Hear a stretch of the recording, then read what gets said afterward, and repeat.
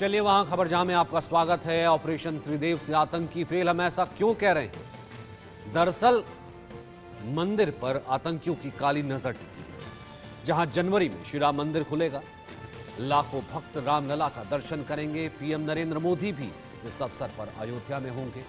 वहीं पाक की नापाक खुफिया एजेंसी आईएसआई अयोध्या को, मंदिर को, रामनगरी को दहलाने का प्लान बना रही है, तबाही मचाने की योजना बना रही है। अयोध्या को चारों तरफ से घेरने के लिए हिजबुल आतंकियों के लिए जरिए अपने नेटवर्क को एक्टिव कर रहा है। आसपास के जिलों में स्लीपर सेल को सक्रिय कर रहा है। मुस्लिम युवाओं का ब्रेन वॉश कर आतंकी बनाने की फिराक में है। आईएसआई के खतरनाक खेल का पर्दाफाश हो गया है। वक्त रहते यूपीएटीएस ने आतंकी नेटवर्क में सेंधमारी करके आईएसआई को करारा जवाब दे दिया है। जो खुलासे हो रहे हैं वो चौंकाने वाले हैं, अलार्मिंग हैं। गोंडा से लेकर मथुरा, अयोध्या और काशी तक दहलाने की साजिश का पर्दाफाश हुआ है। इसलिए आज हम आपको सिलसिलेवार तरीके से बताएंगे कि मथुरा की अयोध्या तो अभी सिर्फ झांकी है, जिसको दहलाने की आईएसआई तैयारी कर रहा था लगातार, क्योंकि जैसे जैसे मंदिर निर्माण के बाद मंदिर के खुलने की तारीख नजदीक आ रही है, आईएसआई बौखलाए चली जा रही है। दोबारा आतंकी प्लान वो तैयार कर रही है। और दूसरी तरफ वहां पर काशी जहां सर्वे चल रहा है और मथुरा जिसकी आवाज उठ रही है वो भी अभी बाकी है। तो ऐसे में आज हम चर्चा करेंगे इन बड़े सवालों के साथ कि राम मंदिर पर आतंकी खतरा अभी टला नहीं। दूसरा बड़ा सवाल हम लेकर आएंगे, मंदिर खुलने की तारीख आई, इसीलिए आईएसआई बौखलाई। ये जो पकड़े गए हैं ये सब स्लीपर सेल थे, 15 से ज्यादा, बस एक्टिव ही होने थे कि आईएसआई ने इनको धर पकड़ कर। अयोध्या, काशी और मथुरा पर नापाक साजिश है। वही मंदिरों पर, क्योंकि जो पकड़े गए जाहिर सी बात है वो मुस्लिम युवक है, उन्हें भड़काने का काम किया गया, लश्कर से जुड़ा गया, आईएसआई से जुड़ा गया। तो मुस्लिम युवकों को भड़काने का काम इस देश में कौन कर रहा है, बताएंगे सब कुछ। सब पहले एक रिपोर्ट।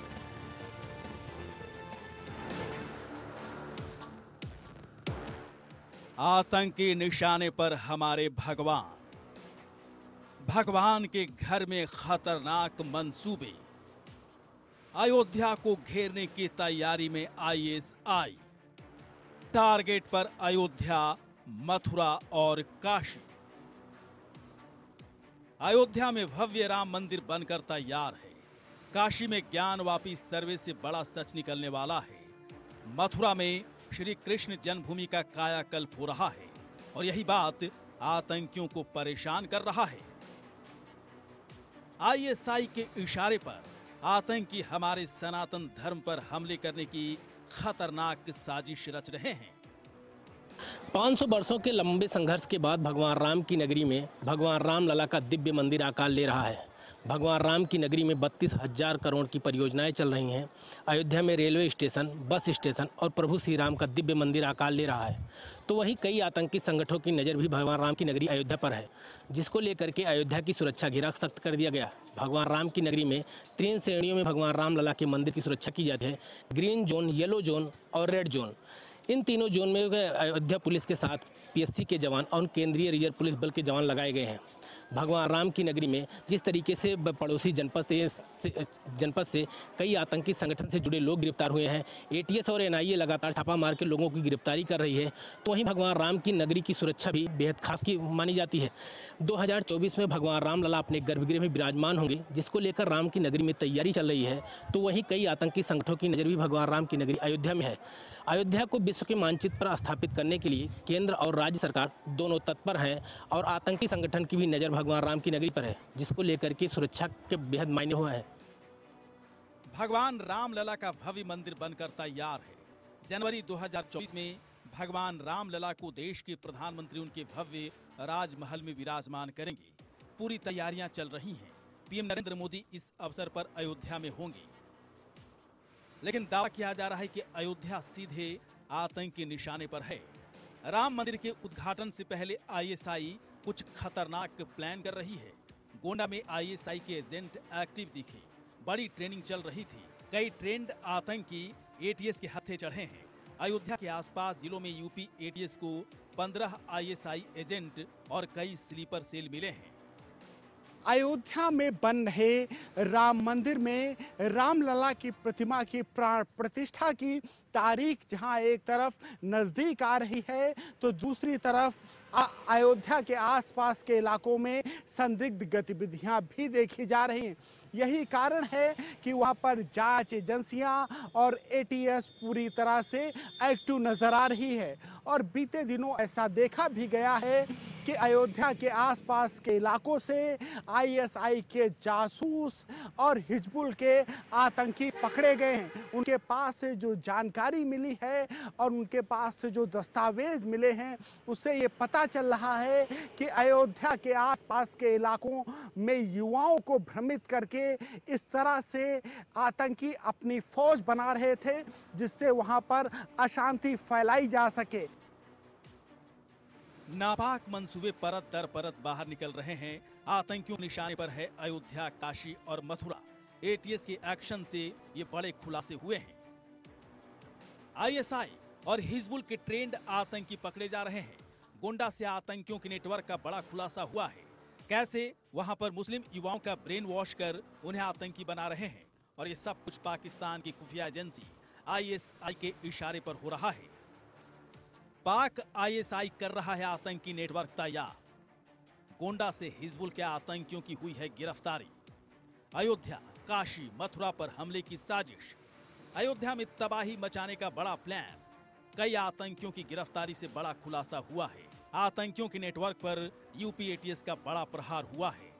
मथुरा और काशी में भी तबाही मचाने की फिराक में है आतंकी, लेकिन राम मंदिर के चलते प्राइमरी टारगेट पर है।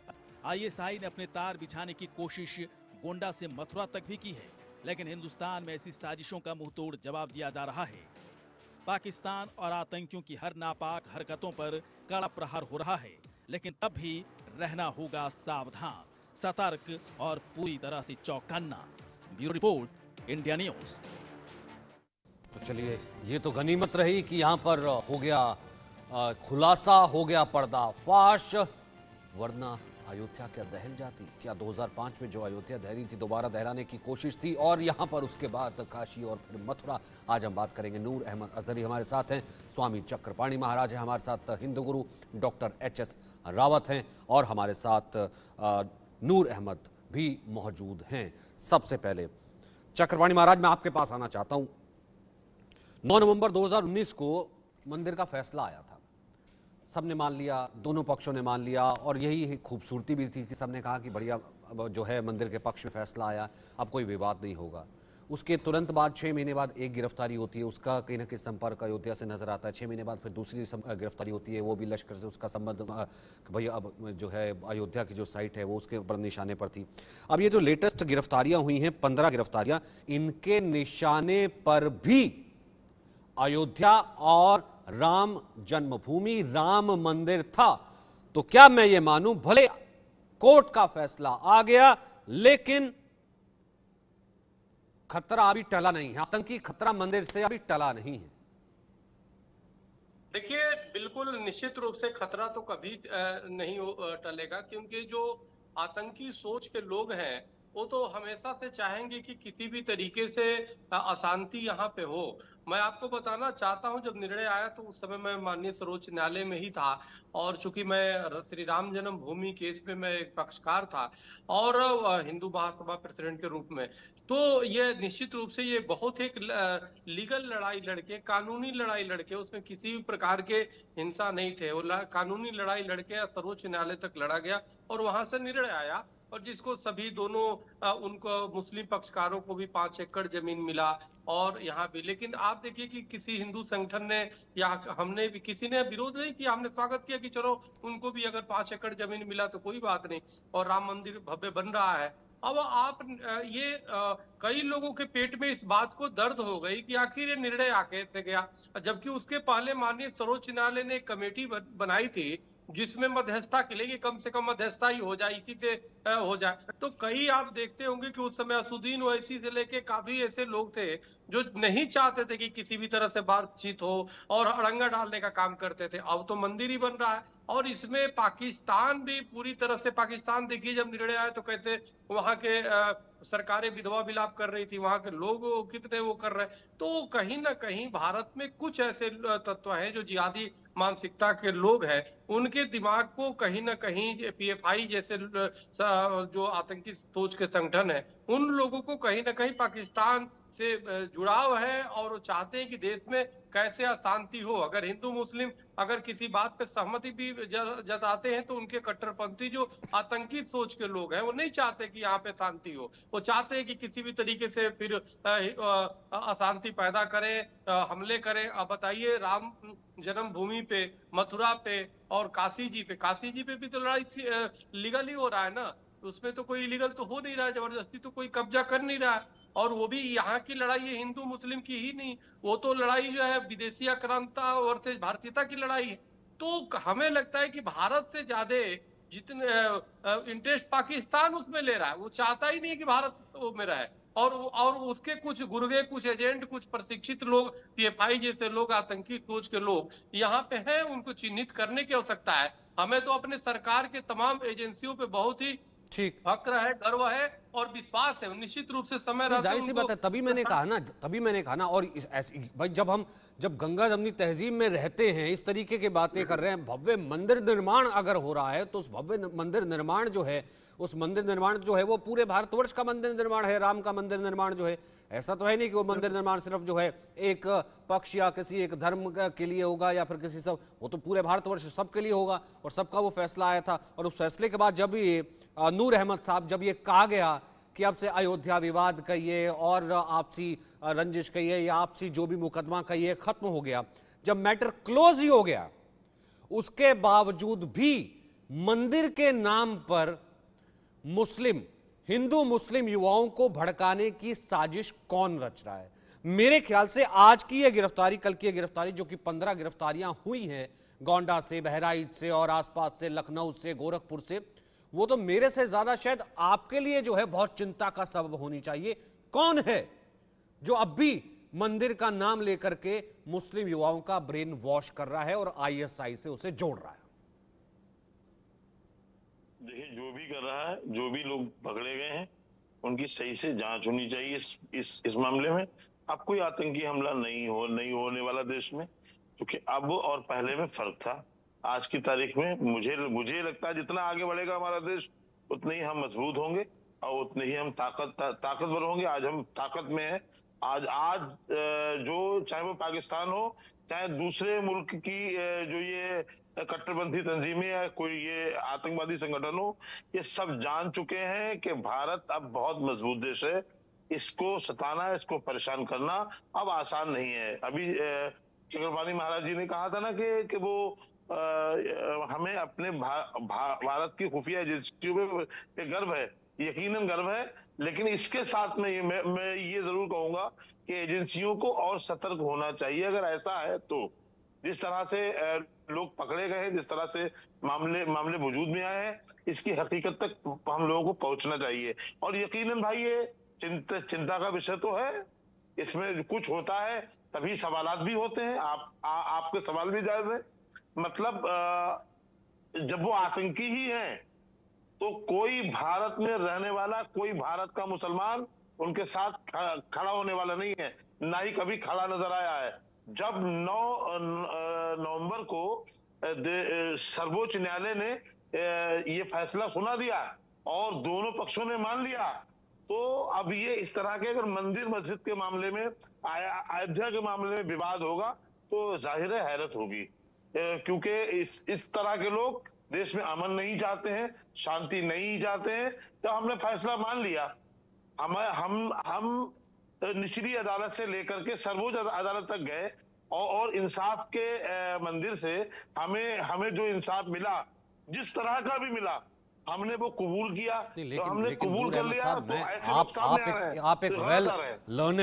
आप एक वेल लर्नेड जो है स्कॉलर हैं, मुसलमान हैं, मेरे साथ बैठते हैं, बड़ी डिबेट्स में आते हैं, टीवी का इतना मोअज़्ज़िज़ चेहरा है। मैं तो आपकी गारंटी ले सकता हूँ, मैं आपको जानता हूँ और आपके साथ इतने बड़े गेस्ट चक्रपाणी जी और सब लोग जो है डाइट शेयर करते हैं। पर मैं कहता हूँ कि छोटे छोटे मदरसे या छोटी छोटी खुतबे, गोंडा, बस्ती और बहराइच, उसकी कई मोहल्ले की किसी जगह की जो है उसकी गारंटी तो आप भी नहीं ले सकते। पर मैं ये कह रहा हूं कि सेंधमारी तो हुई ना सर, चाहे आईएसआई ने की, आतंकियों ने सेंधमारी तो की ना, और दोबारा सेंधमारी की किसमें? मुस्लिम समाज में ही की। तो अब भी क्या मुस्लिम समाज के भीतर ऐसे लोग बैठे हैं जो मंदिर के नाम पर भड़कने को तैयार हैं? क्या हम उन्हें चिन्हित नहीं कर सकते? या अभी भी क्या अभी भी मुस्लिम समाज को मंदिर के नाम पर भड़काया जा रहा है कहीं किसी जगह पे? बिल्कुल नहीं, बिल्कुल नहीं। छोटे छोटे मदरसे भी अपने दीन की बातें बताते हैं, वहां दीन की तालीम दी जाती है। इस आड़ में कहीं ऐसा तो नहीं है कि मदरसों को बदनाम करने की साजिश हो रही है। मतलब सीधा सीधा ये है, मैं पूरी जिम्मेदारी के साथ कह रहा हूं, भारत ही नहीं, चाहे दूसरे कोई ममालिक हो, वहां पर रहने वाले अगर मुसलमान हैं तो वो ये हमारे देश के जो सर्वोच्च न्यायालय ने जो फैसला दे दिया है, क्योंकि हर देश के अपने कवानीन है, हमारे देश के भी हमारे देश के कानून है, हम अपने देश के कानून को फॉलो कर रहे हैं, तो कोई इस पर हस्तक्षेप करने वाला नहीं। सवाल ही नहीं उठा रहा, लेकिन मैं आपके सवाल ही नहीं उठा रहा, लेकिन एचएस रावत साहब, मैं आप पे सवाल ही नहीं उठा रहा, मैं कोई नूर मोहम्मद अजहरी पे थोड़ा ना सवाल उठा रहा हूं अपने कार्यक्रम में बिठा करके। मैं ये कह रहा हूं कि 15 ये जो पकड़े गए, डॉक्टर एचएस रावत, ये जो 15 पकड़े गए जो अयोध्या के लिए काम कर रहे थे, बिल्कुल एक्टिव होने की तैयारी में थे, जो अयोध्या के ऊपर जो है मंदिर के हमले की योजना बना रहे थे, अगला जो है टारगेट फिर काशी और फिर मथुरा भी था। अब तक की जो बातचीत में सामने, अब तक की पूछताछ में जो निकल करके सामने आया, तो फिर मुझे एक बात बताइए, मैं इन पर सवाल नहीं उठा रहा हूं, पर लेकिन ये जो स्लीपर सेल बन गए थे, ये थे तो भारतीय मुस्लिम ही ना, तो फिर कौन है? देखिए सचिन जी, इसमें कोई दो राय नहीं है कि इस्लाम के अंदर दो मत हैं। एक शांति वाला मत है जो कि मक्की बोलते हैं जिनको, और एक इनका खतरनाक वाला है, कट्टरपंथी हैं जो हत्या और काफिरों की हत्याएं करना, मूर्ति पूजकों को मारना, इस प्रकार का मत है। दो मत वाले लोग हैं, उसमें अच्छे भी हैं भाई और बुरे भी हैं। तो यहाँ जब बाबरी ढांचा गिराया गया था, बाबरी ढांचा के बाद हिंदुस्तान के ही वो जो उन्होंने आईएसआई या पाकिस्तान के साथ मिलकर के बंबई विस्फोट किए थे और आतंकवाद पनपा था। 92 के बाद हिंदुस्तान में आतंकवाद बहुत बड़े पैमाने पर शुरू हो गया था, और वो सब स्लीपर सेल के ही लोग थे। पहले सिम्मी के लोग थे, जब सिम्मी को बैन किया तो पीएफआई हो गई। तो इसमें कोई दो राय नहीं है कि आईएसआई सीधे यहाँ घुस नहीं सकती है, जब तक यहाँ के कहीं ना कहीं अफजल गुरु जैसे लोग यहाँ पर कहीं ना कहीं सेल्टर नहीं देंगे। तो इसमें कोई दो राय नहीं है कि इस प्रकार के हमले कभी खत्म हो नहीं सकते। जब बाबरी ढांचे गिरने के बाद आतंकवाद ऊंचाइयों पे आ गया, तो ये तो मंदिर बन रहा है, तो इसको कट्टरपंथी मुसलमान नहीं पचा पाएगा। उसको पूरी कहीं ना कहीं सेल्टर रहेगी आईएसआई की, हथियारों की सप्लाई, यहाँ पर कुछ लोगों को खरीदना, उनका ब्रेन वॉश करना, इस प्रकार की मनोस्थिति तो यहाँ पर लगातार रहनी है। देश के अंदर स्थिति को खराब करना आईएसआई और पाकिस्तान की सोच है। लेकिन मैं यहां से आपके चैनल से कहना चाहता हूं, अगर आईएसआई ने ये गलती करा दी, पाकिस्तान सुन ले, अगर इंडिया न्यूज को ये देख रहा है तो मैं बताना चाहता हूं, अगर ये गलती आपने करा दी कि कहीं राम मंदिर पर बम विस्फोट करा दिया, इस तरह के हमले करा दिए, तो पाकिस्तान नहीं बचेगा इस बार, ये गारंटी है। क्योंकि पाकिस्तान का खात्मा जरूर कर दिया जाएगा, क्योंकि वो वाला 92 का हिंदुस्तान नहीं है और ना 92 वाला मुसलमान नहीं है। मुसलमानों में भी बहुत ज्यादा सुधार आया है और यहाँ भाईचारे की जो चीज है वो पनप रही है। अब हिंदू मुसलमान एकता की बातें बढ़ रही हैं। मुसलमान भी इस बात को समझ रहा है कि पाकिस्तान कहीं ना कहीं हिंदुस्तान के मुसलमानों को भड़का करके और आपसी गृह युद्ध में झोंकना चाहता है। लेकिन मैं कहना चाहता हूं, हम आपसी गृह युद्ध में नहीं उलझेंगे जैसे कि मेवात के अंदर उलझ गए, इस प्रकार से स्थिति नहीं होगी। लेकिन इस बार सीधा हमला पाकिस्तान पे किया जाएगा और उसको दमोदीस कर दिया जाएगा, खत्म कर दिया जाएगा कहीं ना कहीं, क्योंकि इस चीज को हिंदू बर्दाश्त कर ही नहीं। आपकी बात वो ठीक है, वो तो उसका मुगालता ही होगा किसी तरीके का, वो हमला कर देगा या करवा देगा या हो जाएगा। इससे पहले 5 जो है, जब हमने देखा कि इससे पहले वो तारीख थी सर 5 जुलाई 2005 को जब हमला हुआ था ना, रामलला टेंट में विराजमान थे, रॉकेट लॉन्चर से हमला हुआ था, आतंकी पीछे से घुसाए थे, सब फट गए थे। आज तक सर्च मार लीजिएगा, गूगल में सर्च कर लीजिएगा, आज तक रॉकेट लॉन्चर के इतिहास में दर्ज है, जब रॉकेट लॉन्चर लॉन्च कर दिया जाता है ना, रॉकेट लॉन्चर फटा ही फटा है। लेकिन वो रॉकेट लॉन्चर आतंकियों ने वहां पर, जो लश्कर के आतंकी आए थे, और रॉकेट लॉन्चर को लॉन्च कर दिया। जहां पर रामलला विराजमान थे टेंट में, रॉकेट लॉन्चर टेंट के ऊपर जाकर के गिरा। यह ऐतिहासिक है, अनप्रेसिडेंटेड है, और यह बार विदेशों में भी पढ़ा जाता है। वो रॉकेट लॉन्चर फटा नहीं, एक्सपर्ट बुलाए गए, रॉकेट लॉन्चर को उठाया गया और ये बताया गया कि ये अपने आप में पता नहीं क्या कौन सी ऐसी शक्ति थी, ये हो ही नहीं सकता, ये डिवाइस ही ऐसा नहीं, ये बने ही ऐसा है, ये फटना ही फटना था। नीचे रामलला विराजमान थे, टेंट में ही थे, भले उस वक्त तो चल रहा था केस। ये शक्ति है, ये पावर है, तो ऐसे कैसे हमारा कोई क्या कुछ बिगाड़ लेगा। लेकिन चक्रपाणी महाराज, मैं वापिस आता हूं, सवाल एक और भी तो है ना भीतर, जो क्या कहते हैं, देखने की जरूरत है, पूछने की जरूरत है। कोई तो होता होगा ना, हम इसलिए हम ये करें ना, उन्हें चिन्हित करें। ये नहीं कि भैया छोटे की गारंटी नहीं लेता, बड़े की गारंटी नहीं लेता, ठीक है, अजहरी साहब से मिलकर के ही हम इन चीज़ों को सॉल्व करेंगे ना, हम नीचे तक जाएंगे।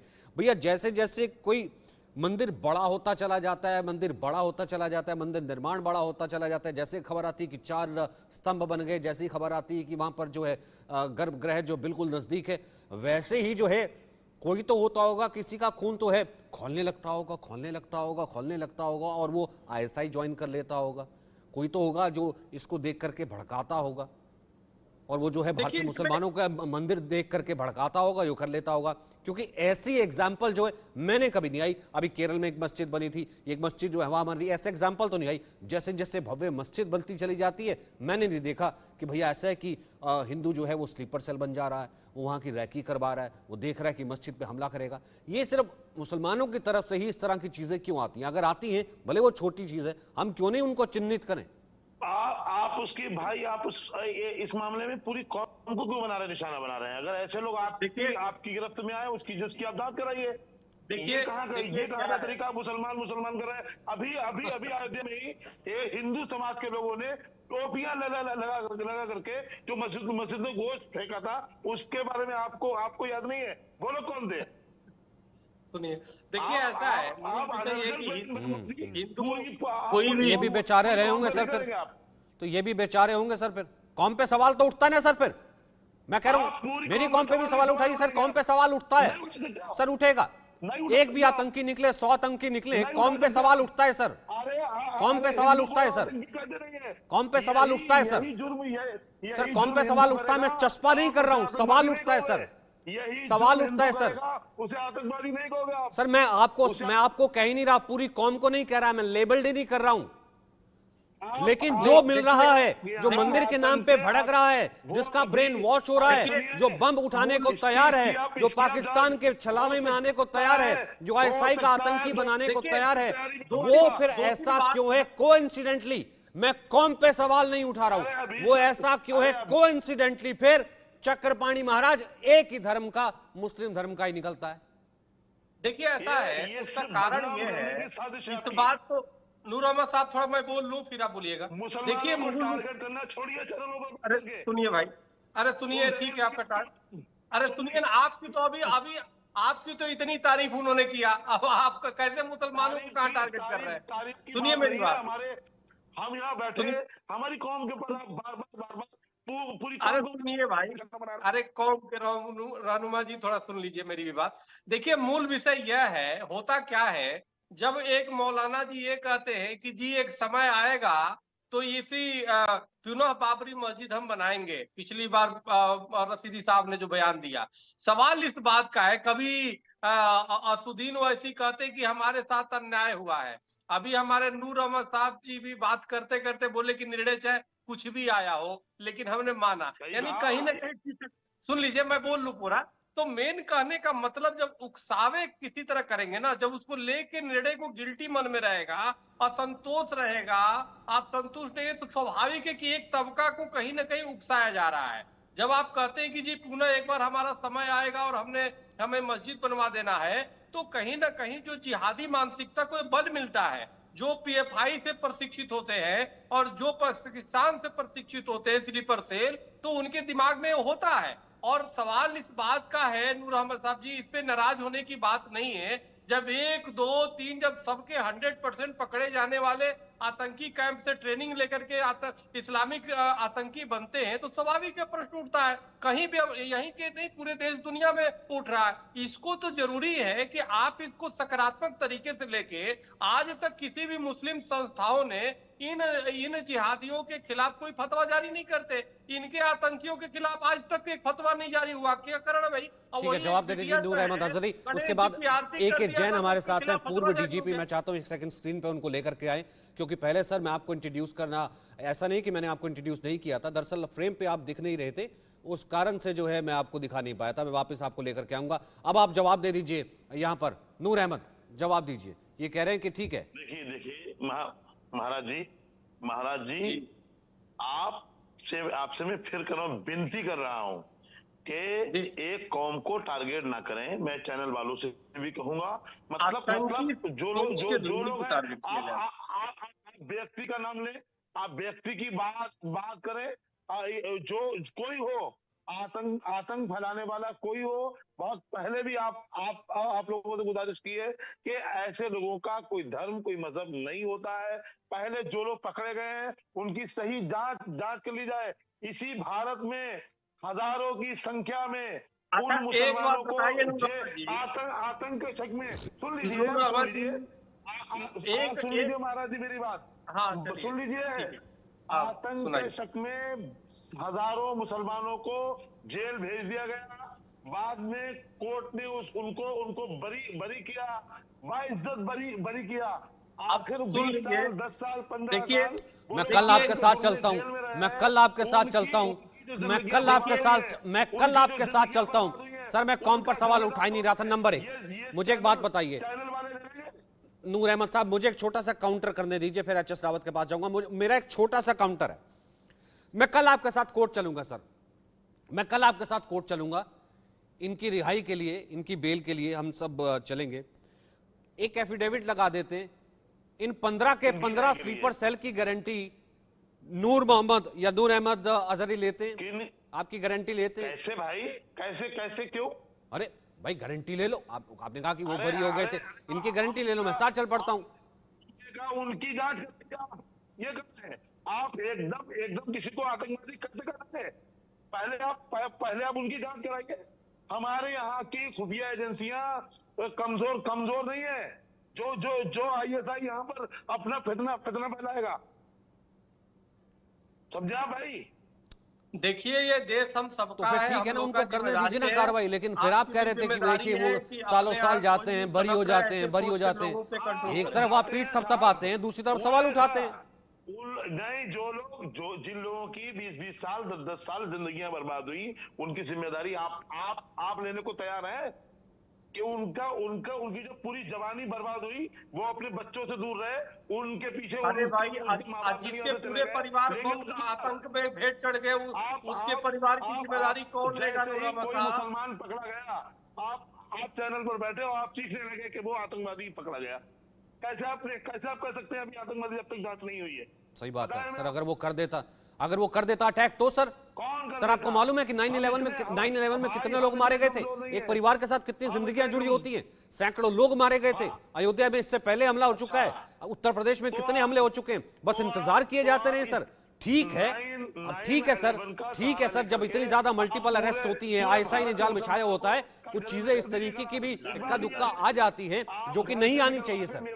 उन लोगों के लिए भी हमें खेद है, लेकिन नहीं, वो नहीं आनी चाहिए। मैं कह रहा हूं उन लोगों के भी हमें खेद है। तो क्या उस बिना पर जो है इन 15 को क्लीन चिट दे दें या इनको मुस्लिम समाज से जोड़े ही ना? साहब कैसे, किसने कहा? हमने ये नहीं कहा। आप उनकी सही जांच कराइए, निष्पक्ष जांच कराइए। जांच में साबित हो जाए आतंकवादी तो चौराहे पे खड़े होकर मार दीजिए गोली उनके। सही जांच क्या होता है? सही जांच क्या होता है? आरम HS रावत, निष्पक्ष जांच कराइए। खुफिया एजेंसियां हैं देश में, बहुत सारी एजेंसियां हैं, CBI है, बहुत सारी हमारे यहाँ NIA है, बहुत मजबूत एजेंसी है। आप कराइए, उससे जांच कराइए, साबित हो जाए जो हमारा देश का संविधान का है, सजा दी जाए। आपने अफजल गुरु को सजा दी, आपने याकूब मेमन को दी, आपने अजमल कसाब को दी। किसे एतराज है? जो जालिम है, जो फासिस्ट है, वो उन्हें मौत मिलनी चाहिए, वो कोई हो। लेकिन हमारे यहाँ दोहरा रवैया है। बहुत सारे हिंदू समाज के लेकिन लोग नूर अहमद जो साहब, है एक प्रश्न आपसे है, वो एक प्रश्न पाकिस्तान की आपसे है दलाली करते हुए नूर अहमद पकड़े साहब, गए, एक चीन की प्रश्न, दलाली करते हुए नूर अहमद पकड़े साहब, गए। एक प्रश्न आपसे मेरा एक ये बार भी है, आतंकवादी नहीं कहा, सुन एक लीजिए, उन्हें आपने आतंकवादी नहीं कहा। नूर अहमद साहब, एक प्रश्न आपसे मेरा ये है कि क्या आज तक किसी मुस्लिम संस्थाओं ने, जो बड़े बड़े संस्थानें हैं, उन्होंने एक बार भी इन आतंकियों के खिलाफ फतवा क्यों नहीं जारी किया कि भाई ये गैर इस्लामिक है मारना, या आप जो बम फोड़ते हो या मंदिर पे हमला कर देते हो, एक बार भी क्यों नहीं फतवा जारी करता? कोई बिटिया जो है, मुस्लिम बिटिया जो है, अगर गणेश जी की आरती कर देते हैं तुरंत इस्लाम संकट में आ जाता है, तुरंत फतवा जारी हो जाता है। आखिर आतंकियों के खिलाफ फतवा या नवजिहादियों के खिलाफ फतवा आज तक क्यों नहीं आया? कर रहे हैं चक्रपाणी महाराज जी, आप बड़े बावकार शख्स हैं, मैं आपकी बहुत इज्जत करता हूँ। आप ये रटाई बातें ना क्या करें। इस्लाम कहीं भी खतरे में आने वाला नहीं है। आप ऐसे कहते रहिए, ठीक मैं नहीं कह रहा हूँ, लेकिन इन संस्थाओं के अनुसार, इन संस्थाओं के अनुसार ऐसे लगता है कि इस्लाम संकट में आ गया। आज आपका पहली बार नहीं है, जब से इस्लाम वजूद में आया तब से ऐसे निशाना बनाते वाले पैदा हो, बिल्कुल, लेकिन ये ऐसे जल्दबाजी दिखाते हैं इस्लाम का। नहीं, बिल्कुल ये ठीक है, लेकिन मैं कह रहा हूँ ठीक है सर, ना खतरे में आया है ना खतरे में आएगा, लेकिन इस्लाम तो ये काम करने भी नहीं सिखाता ना। ये जो हिंदू युवाओं को आतंकी बना दिया कि मंदिर पर हमला कर दो, या मंदिर पर हमला करने के लिए राजी कर दिया। सर ये आखिरी बात सुन लो, मेरी आखिरी बात सुन लो। जिस तरह से इस्लाम को भारत और दुनिया में लश्कर तैयबा और अलकायदा और सिमी और पता नहीं कौन कौन से संगठनों के नाम से इस्लाम को पेश किया गया है, भाई ना ये जिहाद है ना ये इस्लाम है। आप पूरी जिम्मेदारी के साथ कह रहा हूं, बच्चों को मारना, निहत्तों को मारना, किसी औरत को मारना, किसी भी मजहब की इबादत गाह पे हमला करना, ये इस्लाम नहीं है। ये ऐसे लोग कहां से आते? और जैसे आप बहुत ही कट्टरता के साथ, पूरी जिम्मेदारी के साथ कह रहे हैं कि हिंदुओं ने ऐसा कहीं नहीं किया। हिंदू समाज में भी ऐसे लोग हैं जो नफरत बांटते हैं। तो बिल्कुल उनके लिए भी सबसे पहले कहूंगा आतंकी। सर आपके साथ खड़ा रहूंगा, सबसे पहले कहूंगा, नाम भी लगा दूंगा हिंदू आतंकी। सर नाम भी लगा दूंगा हिंदू आतंकी, सिक्के लिए भी लगा दूंगा। सर मुझे नहीं गुरेज, फिर वो हिंदू रहेगा ही नहीं। मुझे नहीं गुरेज, अगर वो हिंदू होगा तो आपकी तरह मैं पल्लू में छुपाऊंगा नहीं कि भैया ऐसा है कि मुस्लिम ना बताओ भैया, मुस्लिम ना बताओ, कौम खतरे में आ जाती है। लेकिन लेकर कर तो आओ, HS रावत लेकर के तो आए, एक तो ले आए, एक तो ले आए हिंदू जो मस्जिद का निर्माण देख करके, मस्जिद का गुंबद बनते देख करके भड़क गया हो, जो मस्जिद का निर्माण बनते देख करके भड़क गया हो, पूरी मस्जिद तोड़ और उसके बाद जो है अपना ग्रुप बना लिया हो उसने, और उसके बाद वो स्लीपर सेल बन करके मस्जिद के लिए तैयारी कर रहा हो। भाई ये गिरफ्तारियां तो ISI जो है मुस्लिम समाज में सेंध लगा के कर रही है ना सर, मंदिर के नाम पर भड़का रही है। हिंदू क्यों नहीं भड़कता मस्जिद के नाम पर? फिर बताइए ना, ये कह रहे हैं कि हिंदू लेकर एक एग्जाम्पल बता दीजिए, एक हिंदू जो भड़का हो, जिसकी गिरफ्तारी हुई हो मस्जिद निर्माण के नाम पर। बातें बहुत बड़ी बड़ी होती है। तो आपने ठीक है, आप सुन लीजिए HS रावत। मैं बताना चाहता हूं, पहले ये सुनने ध्यान के साथ, मैंने भी इनको सुना है। ये कह रहे थे कि मुसलमानों को बदनाम ना करो, इन्होंने जवाब दिया, अभी इन्होंने बताया भी था। देखिए याकूब मेनन को फांसी दी गई थी, कोर्ट ने फांसी दी थी, लेकिन उनके जनाजे में 50,000 से 1 लाख मुसलमान क्यों गया? मुसलमान बदनाम होगा? जब कोर्ट ने सजा दी है तो वहां जाना नहीं चाहिए कि आतंकवाद वानी के जनाजे के अंदर 1 लाख आदमी था। अफजल गुरु का कितना शोक मनाया गया था। जब आप लोग इन आतंकवादियों को सजा दी जाती है तो इनकी सपोर्ट में क्यों करते हो?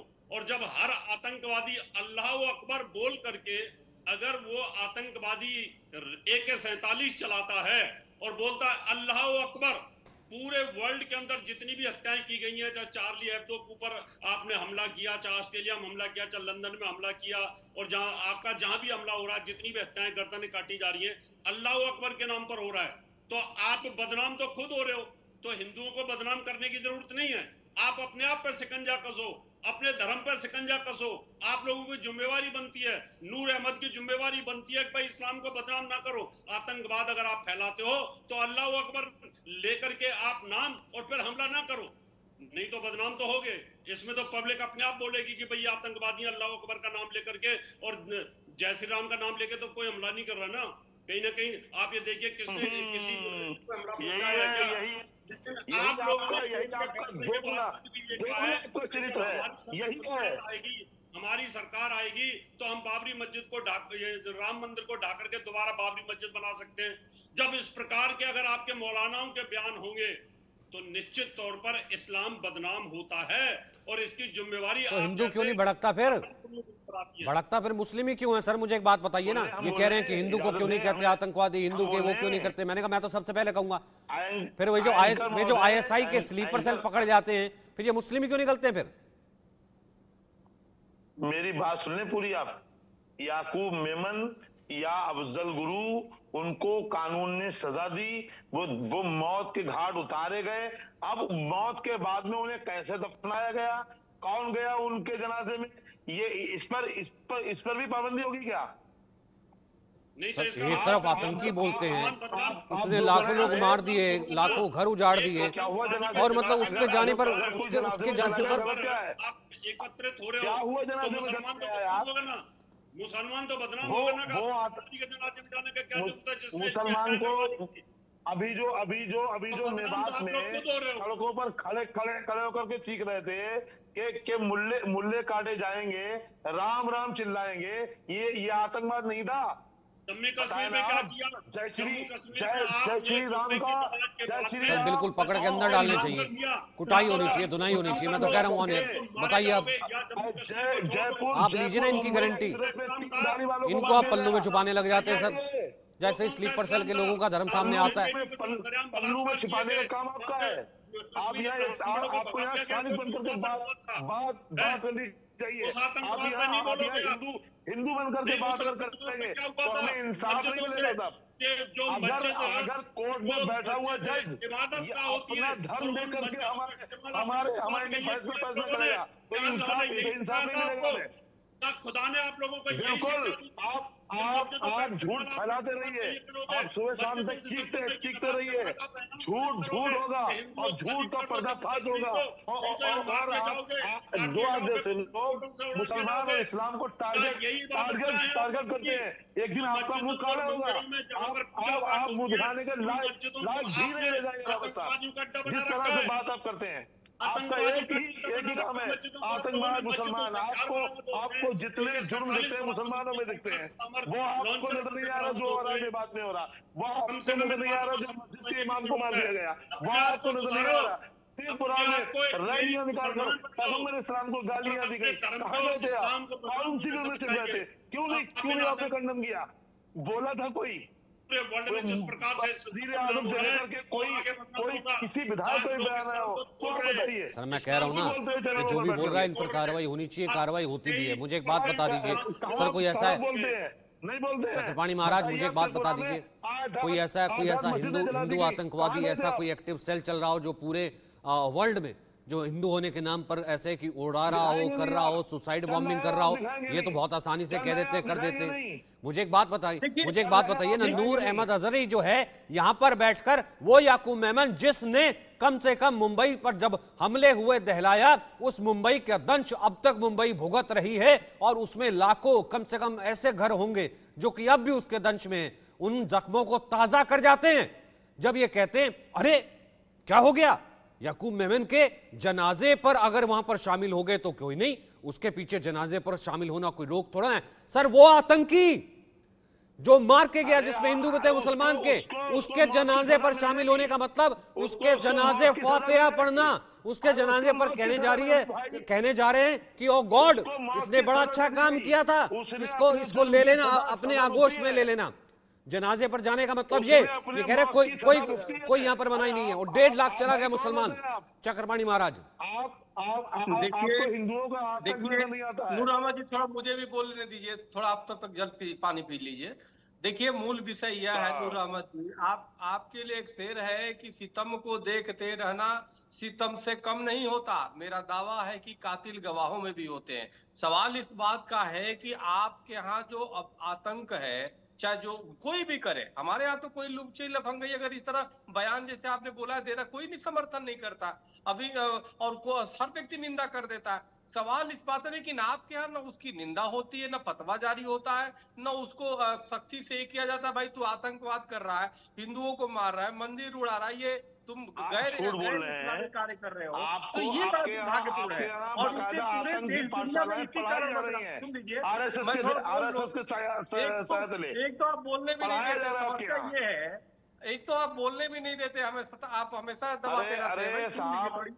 हम गरीबों की भी सुन लीजिए बात, सब सुन लीजिए, कमजोर कौम है देश में। अरे हम कमजोरों की भी बात सुन लीजिए महाराज। हाँ तो मेन विषय ये है, आप तो कमजोरी है, आपकी ये जिम्मेदारी है, आप एक मुस्लिम संस्थानों की जिम्मेदारी है, दारुल उलूम की जिम्मेदारी है कि एक दो चार फतवा उस पर भी जारी कर दे कि भाई आप अगर जो आतंकवाद किया तो तुम्हें पूरे परिवार से गैर इस्लामी घोषित कर देंगे, धर्म से निकाल देंगे, मजहब से निकाल देंगे। तो कुछ बात बनती, कुछ करते ही नहीं है। उसमें मुख दर्शक का जब पकड़ा जाता है तो बोलते हैं जी कानून जो सजा देगी, अब बड़े बड़े वकील खड़ा करा देते हैं, और जब अगर जो फांसी की सजा हो जाती है तो हजार लाखों लोगों की वहां पे जनाजे में शामिल होते, और शामिल हो चलो हो भी गए तो उसके बाद भारत विरोधी नारे लगाते हैं और अफजल तेरे कातिल जिंदे है के नारे लगाते हैं और मारे जाएंगे, ऐसी इस तरह की। तो मेन बात यह है कि इसको समझना होगा कि आपका इस्लामिक और गैर इस्लामिक पे फर्क आपको स्वयं बताना होगा कि भाई आतंकवाद का मत तो करो, लेकिन कभी फतवा जारी होता नहीं है। हमारे यहाँ हिंदू समाज में कहीं भी आप देख लीजिए, नूर अहमद जी चाहे रावत जी बैठे, चाहे हमारे वरिष्ठ एंकर बैठे हैं, कोई हम लोग कहीं समर्थन नहीं कर सकते, सवाल ही नहीं, कोई हिंदू नहीं करेगा। अभी देखिए हरियाणा की जो फरीदाबाद का वो कौन गिरफ्तार हुए बजरंगी ने जो बयान दिया था, विश्व हिंदू परिषद ने सीधे बोल दिया कि वो हमारे संस्था का नहीं है और सबने निंदा किया। जो भी है उसको निंदा करेगा ही, ऐसा कोई गले नहीं लगा के रखता। आप क्या कोई अगर जो मौलाना ने बोल दिया कि जी एक दिन समय आएगा कि हम ये कर लेंगे, अब मस्जिद पुनः बना लेंगे, उसको खूब अपने गले मिल रहे हैं, लोग उसका स्वागत कर रहे हैं। असुद्दीन ओवैसी बोल दिए कि जी हमारे राम मंदिर के निर्णय तो गलत हुआ, उसको लोग स्वागत कर रहे हैं, तो बड़ा अच्छा बोल दिया, सुप्रीम कोर्ट के खिलाफ बोल दिया। तो ये आखिर चाहते हैं कि आप चरित्र एक ही हो, और दोहरा चरित्र किसी भी तरीके से ठीक नहीं होता।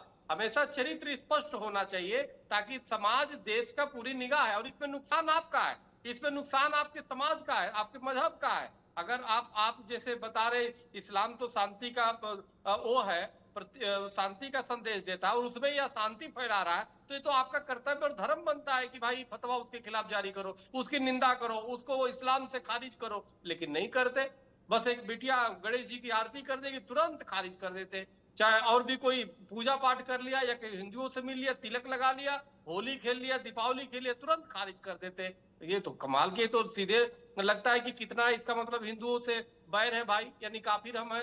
तो ये तो बड़ी दुर्भाग्यपूर्ण है, ऐसा नहीं होना चाहिए, न्याय सम्मत करना चाहिए, और जो देश के हित में है, जो समाज के हित में हो। मैं चाहता हूं कि आप लोग वरिष्ठ है, इस्लामिक स्कॉलर है, ऐसे लोगों का बहिष्कार करिए, ऐसे लोगों का बिल्कुल खारिज करिए इस्लाम से, तभी जाकर के कहीं ना कहीं आपका असली इस्लाम का जो चीजें आएंगी सामने, चीज के पीछे तो निश्चित रूप से बदनाम कि कौम पर सवाल क्यों उठा रहे हो। आपको कहना चाहिए कौम पर सवाल उठता है, आपको कहना चाहिए कौम पर सवाल उठता है। ये बजरंगी जैसे तमाम लोग जो अल्लू पल्लू ये सब गिरफ्तार हो जाते हैं ना सर, हमारी कौम पर भी सवाल उठता है। बजरंगी नाम लगाने वाली जो है कोई जो होते होंगे उन पर भी सवाल उठता है, बजरंगबली का नाम इस्तेमाल करने वालों पर भी सवाल उठता है, चक्रपाणी महाराज पर भी सवाल उठता है। क्यों नहीं उठेगा सवाल उठता है, और हम सवाल को लेते हैं, फिर हम ढूंढने की कोशिश करते हैं उस सवाल के भीतर उस जवाब को, ताकि वो सवाल फिर ना उठे, ना कि उस सवाल से अपना मुंह परे कर लेते हैं कि भैया ऐसा है, मेरी कौम पर ही क्यों सवाल उठाते हो, कौम को क्यों उठा देते हो, बनिस्बत ये कि ऐसा है, इस्लाम से कोई लेना देना नहीं है आतंकवाद का, लेकिन सर जो पकड़ा जाता है आतंकवाद में वो फिर इस्लामी क्यों निकलता है। इस पर जरा गौर दीजिएगा। आपको इस सवाल के साथ छोड़ जा रहा हूं। बहुत बहुत शुक्रिया मेरे साथ जुड़ने के लिए।